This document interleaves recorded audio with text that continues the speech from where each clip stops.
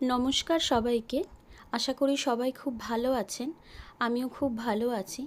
ভিডিওটা যদিও বা আমি একটু লেট করে পোস্ট করছি, তবুও ভিডিওটা আমি বাংলার নববর্ষের দিন করেছিলাম বলে সবাইকে শুভ নববর্ষের আন্তরিক প্রীতি, শুভেচ্ছা, ভালোবাসা, অভিনন্দন।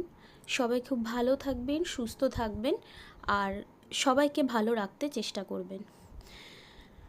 আমাদের মধ্যে বাঙালিদের মধ্যে এখন ইংলিশ নিউ ইয়ারকে ঘিরে খুব বেশি উত্তেজনা দেখা গেলেও বাঙালি কিন্তু বাংলার মাধুর্য, বাংলার ঐতিহ্য এবং বাংলার আবেগকে এখনও প্রাধান্য দেয়। তাই জন্য বাংলার নববর্ষেও অনেক বাঙালিকে আলাদাভাবে, স্পেশালভাবে পালন করতে দেখা যায়। আমিও বাঙালি, আমিও আমার এই বাংলা নববর্ষর দিনটা একটু আলাদাভাবে, একটু মনের মতো করে আমি কাটিয়েছি। সেই ব্লগটি আপনাদের সাথে শেয়ার করছি। বাঙালি নিজের আবেগকে কখনোই ভোলে না।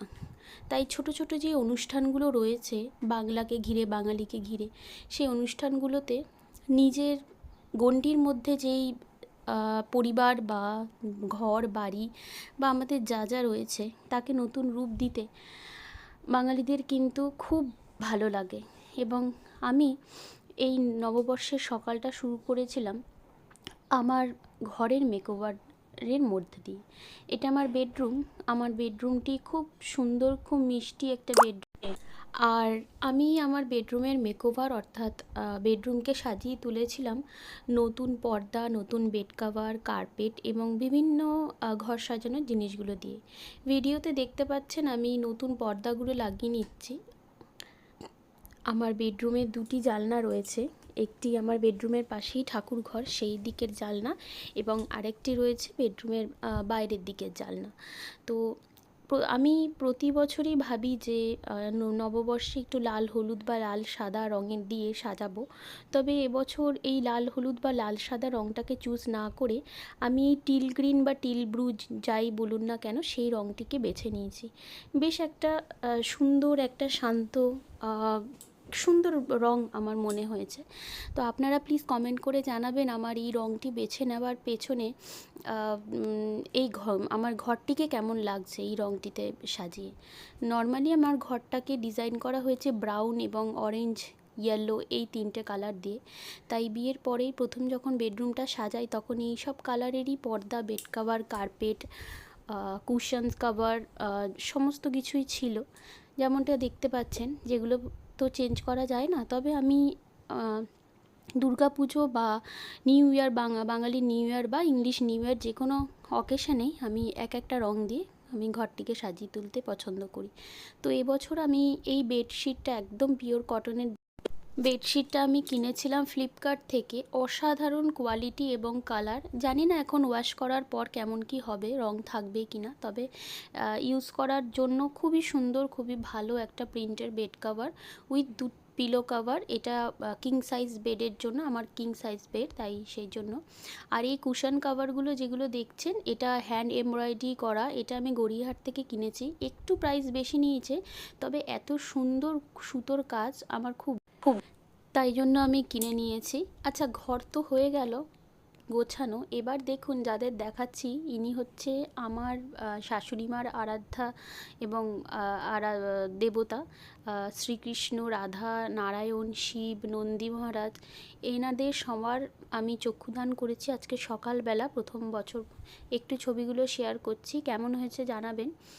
এই যে ভোলেনাথ, এই যে ছোট্ট কিউট নন্দী মহারাজ, তারপরে রয়েছে আমি যাতে দেখাচ্ছি এই যে নারায়ণের, এটা বিফোর আফটার লুক। এটা বিফোর লুক, যেটা আগে ছিল, এটা হচ্ছে আফটার লুক। চোখ দেওয়ার পর চুলের রঙটা একটু করেছি।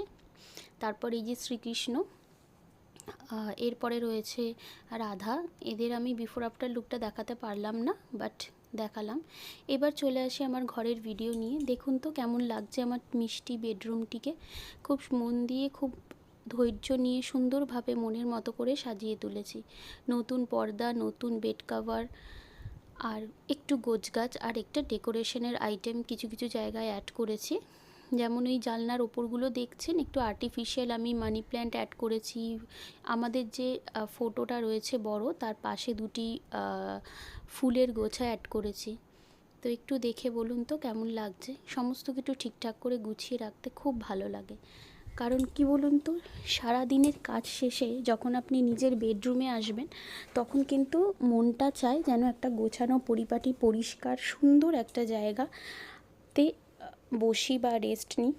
তাতে শরীর এবং মন দুটোরই শান্তি পাওয়া যায়, একটু রিল্যাক্স ফিল করা যায়। সকাল থেকে অনেক কাজের মধ্যেই ঘরটিকে আমি খুব সুন্দর করে গুছিয়ে রেখেছি। সামনে দুটি কার্পেট পেতে দিয়েছি, এগুলো আমার আগের।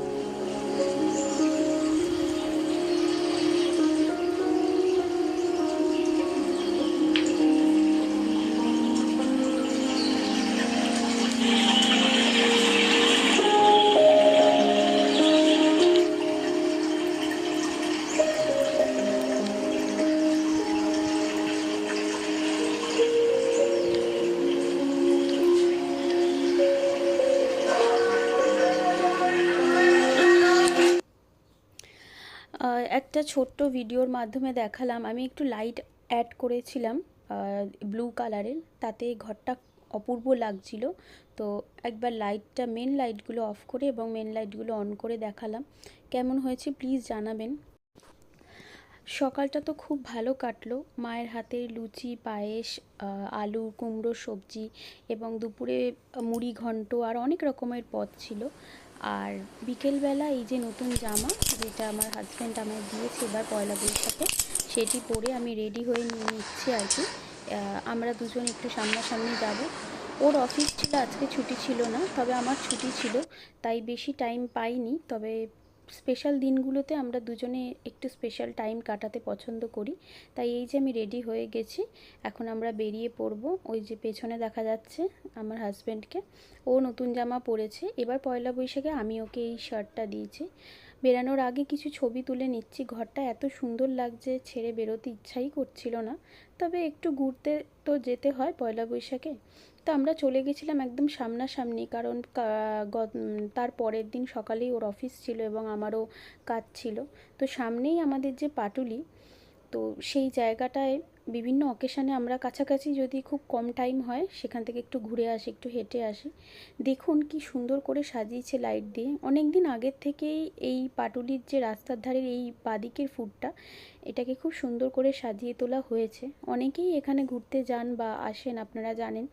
এখানে বিভিন্ন রকমের প্রতিমা দিয়ে, এই যে দুর্গার প্রতিমা, তারপরে এই যে দুর্গাকে নিয়ে যাচ্ছে, এই সব দিয়ে খুব সুন্দর করে সাজানো হয়েছে বিভিন্ন লাইট দিয়ে। আর সবথেকে বড় কথা, এখানে প্রচুর পরিমাণে ফুড স্টল রয়েছে, যেখানে বিভিন্ন ধরনের খাবার পাওয়া যায়, তাই জন্যেই মানুষের সমাগমটা একটু বেশি। আর সবসময় এই যে বাদিকে লেখাটা দেখতে পাচ্ছেন তো, আমার শহর কলকাতা, এই লেখাটা দেখলেই যেন একটা আলাদা অনুভূতি মনের মধ্যে জেগে ওঠে। সত্যি এই শহরটা ছেড়ে অন্য কোথাও যাওয়ার কথা বা এই শহরটাকে ছেড়ে থাকার কথা কখনো ভাবাই যায় না। যতই হোক না কেন, আমার নিজের শহর নিজেরই থাকে। এখানে আমরা কিছু ছবি তুলে নিচ্ছি। প্রচণ্ড ভিড় ছিল আর সেরকম গরমও ছিল, আপনারা জানেন।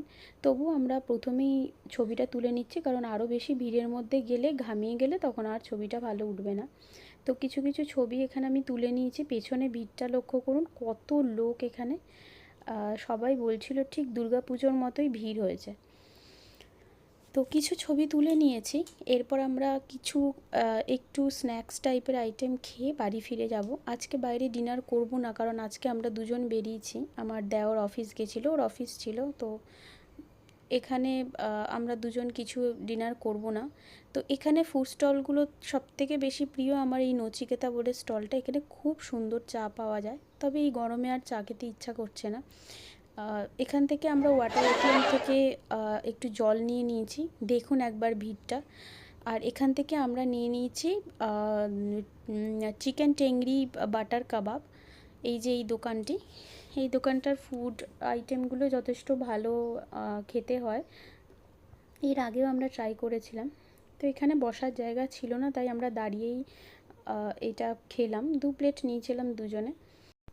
আর সাথে নিয়েছিলাম পাইনঅ্যাপেল জুস। এই যেতে যেতে এটি নিয়ে নিয়েছিলাম এবং আমরা ফিরে আসছিলাম। দেখুন ঠিক মেলা বসেছে মনে হচ্ছে, চারিদিকটা এত সুন্দর লাগছে। আর সামনেই বিভিন্ন বেলুনের দোকান, আরও অনেক কিছু বসেছিল। আর ছবি তুলতে কার না ভালো লাগে, আপনাদের সবার ভালো লাগে তো প্লিজ কমেন্টে জানাবেন কিন্তু। এখানে ছবি কিছু তুলে নিয়ে আমরা চলে এসেছিলাম প্যালেস অফ সুইটসে, কারণ নতুন বছর আর নতুন বছরে বাড়ির লোকজনের জন্য একটু মিষ্টি নিয়ে নেবো। এখানে ভিডিওটা শেষ করছি। সবাই প্লিজ লাইক কমেন্ট শেয়ার করে দেবেন আর কেমন লাগলো জানাবেন। টাটা।